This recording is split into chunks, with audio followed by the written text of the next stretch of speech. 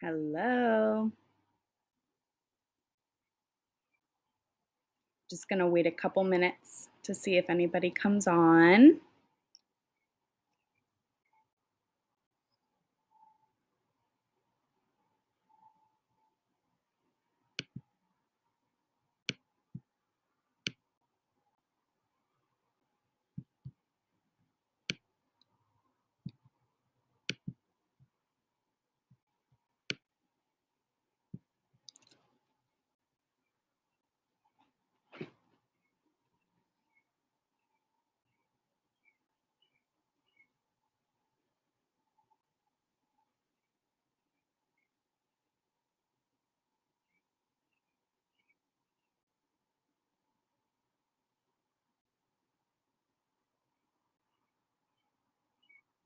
Okay, I'm going to go ahead and get started. For those of you who haven't watched a live before, my name is Tracey Condosta, and I am one of the outpatient therapists here at Macon. This is actually my last live that I'll be doing with Macon, but I'm telling you that whoever is up doing it next is going to be absolutely amazing. But today I'm going to be talking about mental health in the workplace. This is something that is near and dear to my heart because, over the years, I've definitely experienced some negative mental health symptoms in the workplace. And so I'm definitely a huge advocate for this. Over the past few years, especially with the pandemic, there has been a little bit of a shift, which I think is good and bad all at the same time, right? But employees or employers are taking mental health a little bit more seriously, so that is a good thing. In the past, employees might have been finding themselves like stressed, burnt out, or depressed, which I am definitely one of those people who have experienced that in the past. One thing to note about negative um, mental health in the workplace is that it can absolutely snowball, right? So if one thing goes wrong, then another thing might be going wrong too. So, for example, let's say you had a disagreement with a coworker while at work, which made you really stressed out and you couldn't focus, and then you had to stay up late to finish your work for a deadline, and then you'll be absolutely exhausted the next day, which could lead to bad decision making. Total snowball effect, everything absolutely hits the fan, you know, and then that can just lead to an overall negative mood. And no one necessarily wants to be in a negative mood at work. But during the pandemic, many workers were able to work from home, which did provide a little bit of a better work life balance. Some people really hated working from home, though, especially for such an extended period of time, right? We're talking like 3 years. Um, you kind of need that social interaction with face to face for people. Um, over the past 3 years, our normal, if you want to even call it that, has drastically shifted. I would say that silver lining, if you can even call that, is that mental health has been more recognized. While more people are experiencing mental health troubles, more employers are recognizing it as well. Of course, for face value, it's really tough to even think about the number of people who've struggled with this pandemic. But now that we're coming out of it, there are still many individuals that need support, and that's okay. The silver lining piece is that employers are noticing and doing something about it. I mean, there's even awards that are given out for implementing mental health policies now within the workplace. So that's kind of why I wanted to talk about how you could advocate for mental health in your workplace, or even, have those coping strategies that you can do yourself. So I've noticed throughout my work that a lot of employees don't ask about mental health in the workplace. Now, this might be because of nerves, or even they've never really even thought about mental health in the past at previous jobs. So having it come up now is kind of taboo, right? Um, but maybe there's some benefits or services that are available to you or to employees in general. For one, that's a pretty common one, I would say, is an EAP. So, what is an EAP? An EAP, it stands for Employee Assistance Program. It's a work-based program that helps employees with personal or work-related issues that might be hurting their job performance or well-being. So, an EAP can encompass a lot of different things. It's provided to employees at no cost, and it can assist them with challenges, traumatic events, legal problems, wellness matters. It's just like there's a huge, broad range of issues that it can tackle. Typically, employees can access all of these different resources within the EAP online, phone, email, video, or face to face if that's what they're looking for. But of course, the very first step in all of this is asking your employer if there's any support for mental health. How do you do that? What would you even ask?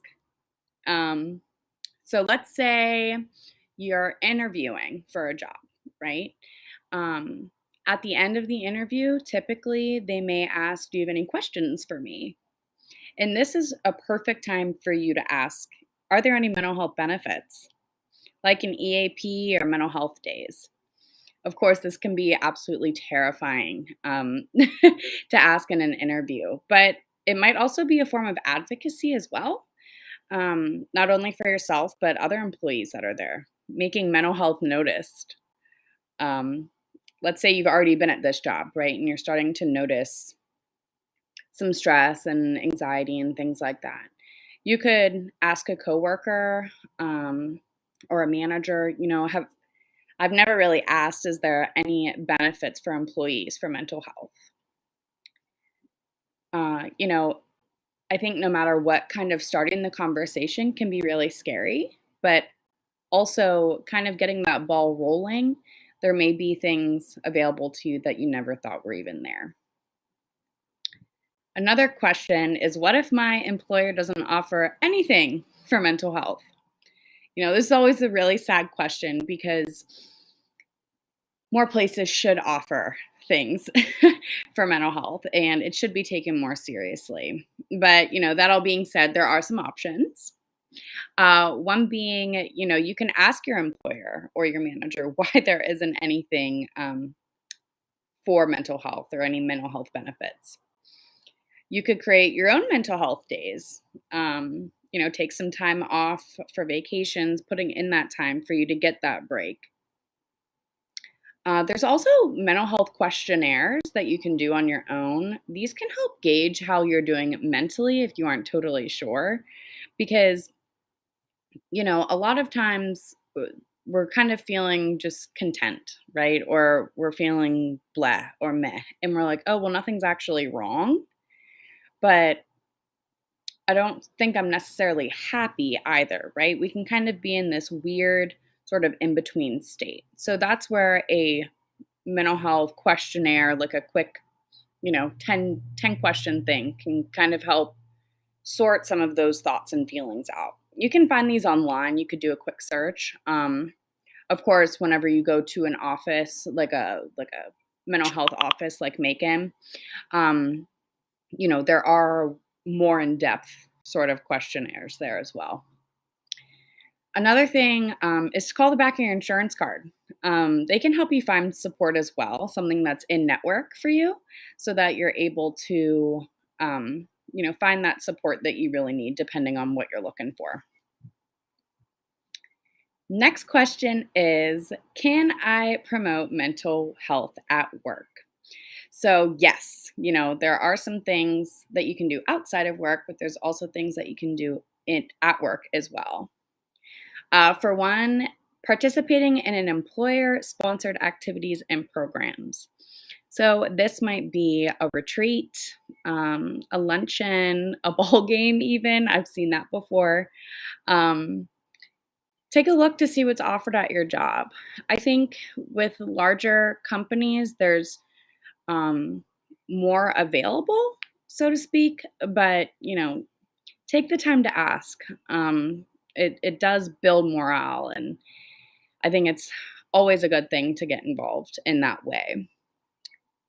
The next thing is to share personal experiences with others. Maybe there's somebody at work that you've created a bond with, right? We kind of hear this term like work wife or work husband. Um, but maybe you're someone who does not want to mix work with personal life, and that's okay. That's whenever you could turn to friends, family, um, or it's always helpful to get a therapist involved too. You could adopt some coping skills in the workplace, some deep breathing, healthy communication, focusing on one task at a time, which I know can be very difficult, especially if you have a long to do list. But kind of getting into the practice of doing one thing at a time can seem less daunting and less anxiety provoking.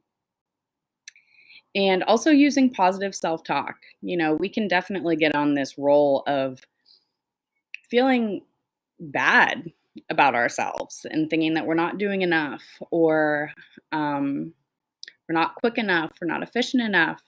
But kind of switching that around to saying, I am doing the best that I can. I am working as much as I can while creating that work life balance. Next is practicing some self care on lunch breaks. This might be listening to a podcast or watching a show, finding something that makes you laugh, um, meditating, deep breathing, or even going for a short walk outside. Next one is to take care of your physical health. That kind of gets looped in with taking a walk outside, but, you know, take some time to reflect here, right? Like, how often are you taking care of your physical health as well? That's other live, I think, but, you know, taking some time to think about that too. And the last is to nurture relationships, right? Whether you're um, nurturing relationships at work, with your family, with your kids, with your friends, it's important to take time for them as well. I think a lot of the times we are spending a whole lot of time focusing strictly on work. And so those other relationships might crumble a little bit. So it's important to foster the relationships that you do have and even create new ones. So I think some key takeaways from this live is that mental health is important in and out of the workplace. Work life balance matters. Setting those boundaries is something that is so important, right? It's okay to ask your employer about mental health benefits. It's new, it's different, but they're there. Maybe not everybody has them, but it's something to start, asking those questions and starting the conversation. And of course, trying those self care techniques that you can do at work. Again, these might be a little weird to do at first, right? Doing new things can sometimes feel uncomfortable, but those benefits of doing that self care can really bring down those stress levels and calm you down. And of course, asking for help, right? Going to a therapist and getting some guidance and support is never a bad thing. Yes, balance. Love it. Sorry, I just saw Devin's comment there, and I completely agree. Balance is so important. So we do have therapists ready and available for you to connect with. So feel free to reach out today or tomorrow or whenever it works for you.